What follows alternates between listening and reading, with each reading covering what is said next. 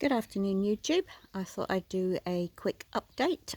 So this is last month of winter here in New Zealand, and we've had some fantastic days. So I was just going to wander around the garden and take you with me and show you what we've been getting up to. So we'll look at on the patio or around the front of the patio first. You can see all my polyanthus are doing exceptionally well. So I've got a nice row of white, and then they go blue, blue, and then over the very end over there, they're white. So yeah, they're looking really good. I'm really pleased with those this year. As you can see, we don't have a lot of sun on the garden at the moment because of these great big trees, but they're coming out soon in the spring. So, and I'm just topping up the pond. That's what the hose is. So yeah, so we've done a few things. Everything, like I say, is waking up. So one thing we did, we took all the wisteria down that was on here because it was on a wire sort of fencing, and it really wasn't suitable for, definitely wasn't strong enough for it. So all we did was, you can see we've cut it down. That's the stump there. It's quite big stump. And so we're just going to see if it shoots again, and if it does, that's great. And we've done the fence so that it can grow up between the fence, so hopefully it'll come back. But if it don't, I'm not that bothered because it grew like a weed and I had to keep maintaining it. So there's the orchid house. We will go in and have a look at some orchids later, but not in this video. So as you can see, we've got it open because it's quite a nice day, and we'll just walk around. So we'll go through here to start with. So you can leave my feet on the crunchy gravel path. As you can see, things are all waking up. So we've got some Aquilegia coming down here, and the Agapanthus is looking a little bit sad because we've had a few frosty mornings, but it'll all come back. And this is a project for the spring. I really need to get in that pond and get some of those plants tidied up. I will get that done, but not now because it's too cold still. So, we're just watering out there because we've planted some plants. So the other thing I removed, now this is a honeysuckle, but this is more of a cultivated one, sort of like a pink one. So I've kept that one, and I've also kept this Australian vine with the beautiful purple flowers on it. Gorgeous. They're very, very pretty. I've got one of those in a pot on the patio. So I think it's called something P. Oops, not 100% certain. It looks a little bit like a phalaenopsis flower. But the other two vines that we had here, honeysuckle, there was one here and there was one on that post, and they were just growing like crazy, and I actually took them down. I didn't want them up there anymore. And we've got some trilliums coming up, so they're coming up in various places, so on, so forth. So that's good. And then we also did some more trimming around the pond. Some of the plants, we'll go and have a look at those. So I did my roses the other day, so as you can see, they're just starting to shoot now. So they've had lots of copper spray, and I have got some other mildew spray that I'm going to put on them. So we did tidy up this humongous flax. We were going to take it out. As you can see, it looks pretty ugly at the bottom, all the roots showing.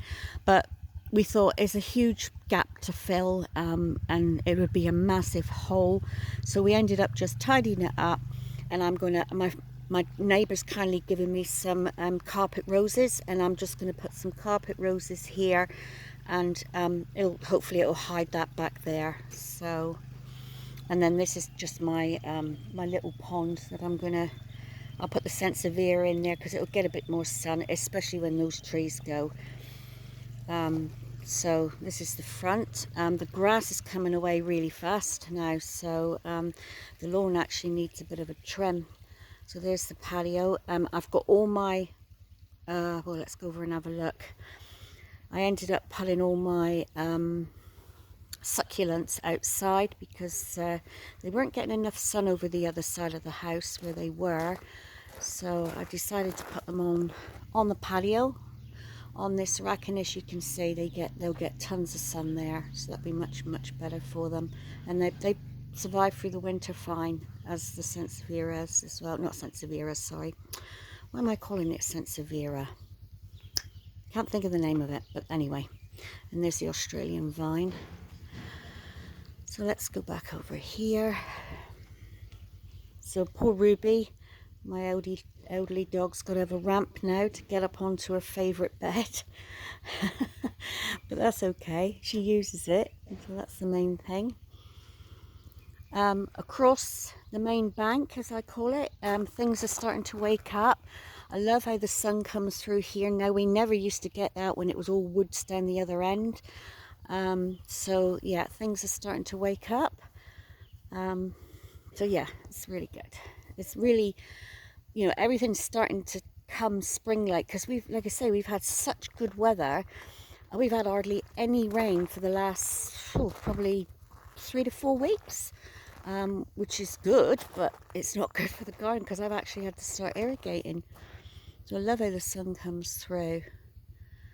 And this is the Daphne up there. He's just coming into flower. It's very misshapen, that Daphne. In actual fact, I probably need to take him right down low and get him to bush up a bit better.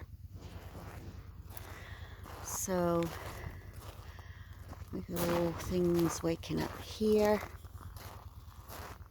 So the irises are coming up. Come back there. Forget-me-nots. I've given this a good tidy up recently, so a few daffodils there. I've also trimmed this box hedge, give it a bit of a shape, so did that. And we'll go along now and have a look at the new area. So this is, I'm so super pleased with this area. Look at it, it's done so well. I mean, this is still not a year yet that this has been in, and this particular rhododendron never really flowered, never really did anything. It's doing well now. It's got some space and some sun, so that's really good. And yeah, and all I really have to do to this is I just keep it weeded. The birds do come in, you know, dig up the paths occasionally, and I just have to blow out, you know, along the edges to keep the stones exposed. But it's really good. I also trimmed back a load of, we've got a load of pencilmans that go down through here. I trimmed those back the other day, keep them shaped. And this stuff here, Chorosma, I think it's called.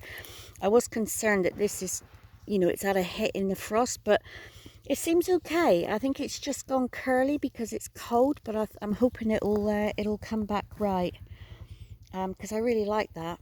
It does a lovely, oh, the see one's died back there, look. So might have to take that out and replace it. And also the daffodils are coming away now. I put a load of daffodils in here. I mean, there was hundreds of them, but you know, spaced them all out, but it doesn't look very many because it's such a large area. And as you can see, the camellia back there is looking great. Really, that is done so well. And I think I've got another one just here. It's just going over now. And then I've got the pink rhodo down there as well. So, and red camellias. So this is doing, yeah, really pleased with this area.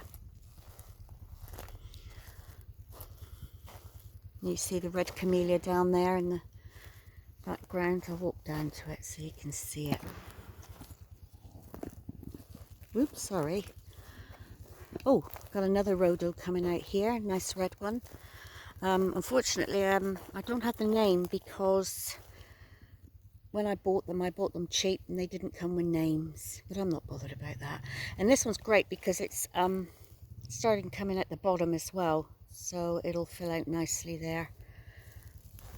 And this one's just a pink one, very pale pink, very pale. And more daffodils. And then we've got the red camellia here, which is doing well. It's doing well, really, really, when you think, you know, it's suddenly been exposed to the sun, and this is like all day sun here. And then that's all my cymbidiums over there. They get afternoon sun. They're doing well. We'll do an update on orchids in general, and that's the I'll put that in the video, what's happening with those, because I always said if they don't do something this year, they're going. Anyway, and then I'll just swing around here and show you. Sorry about the ugly drive. My cars are in the way. So we've just improved this area. We took the bricks. We just had a line of bricks along here, and I thought it didn't look so nice. It wasn't the same as the rest of the garden. So we literally took the bricks away, and I found some more stones, and we've just put some stones either side, and I think it looks so much better. So we've did it that side of the front door, and we've done it this side, and with the lovely ooh, I don't know what happened then, with the lovely Tate daffodils or narcissi coming up, it's looking good. And I got a beautiful sycamore there that's yet to flower. It's huge, that one, so it's yet to flower, but we have got some of the daffodils flowering, so that's great. And also another thing we did is we put another fence. We did have another wisteria growing up here, again on just a wire support, you know, which wasn't, you know, it's just the wire that we've got here. If you can just see it there, it's not enough to hold a plant, especially a wisteria, which has got really, you know, they get really thick sort of branches on them. So again, we've just put this fence up, and we did it ourselves. I'm chuffed a bit. It's me and John. We did that a couple weekends ago, and it's looking really good, so I'm really pleased with it. And again, we've done it sort of double-sided, so it looks like it's a front fence there, and it looks like it's a front fence at the back here.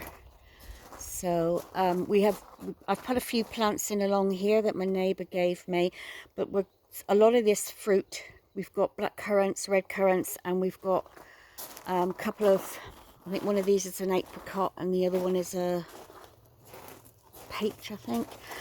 We are going to remove those, and when all those trees come out across the way over there, when all those trees come out, we're going to have that area as a fruit tree area. So this is just our vegetables that we've put in. Damn birds. Oh, look at Dexter. He loves it up there. That's his little table perch. Isn't it, sweetie? So we'll go out the front now, and I'll just quickly show you what we're doing out the whole front of the property. Sorry, the sun's interfering with the picture. This area, I just put a load of stones there, and I've put succulents, and you know, they'll grow away. They're trailing like succulents, and they'll fill that up.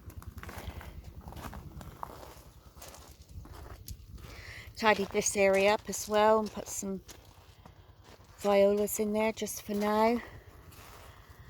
We also tidied up, or I did tidied all the espalier fruit trees. So this is pears along here.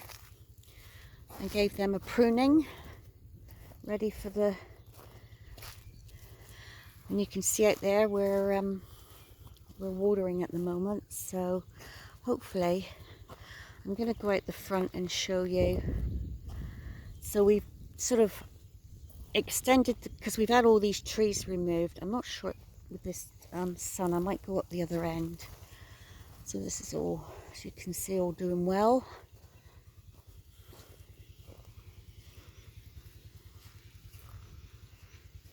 Yeah, it's the sun's. Another camellia there. It's a pretty one, that one.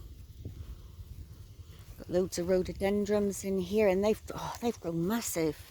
Really, really big. So I'm really pleased with those. And I'm pleased that they don't seem to be suffering that much, because we've taken the trees down and they are exposed to a lot more sun now than what they were before.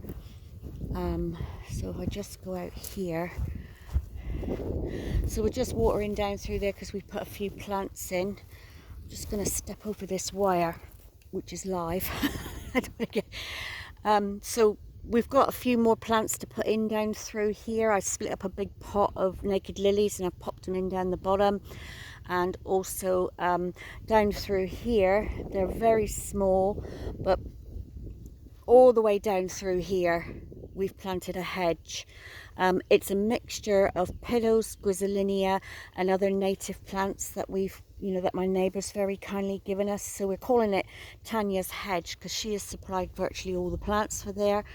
And yeah, so hopefully that'll come away. As you can see, we've got it on irrigation because this is a very dry area.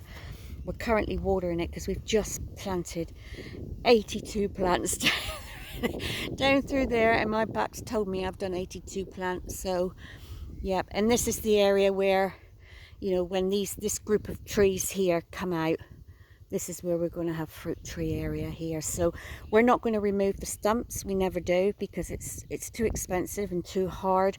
We'll just cut them right down and yeah, and then we'll just plant, in between. Whoops, sorry.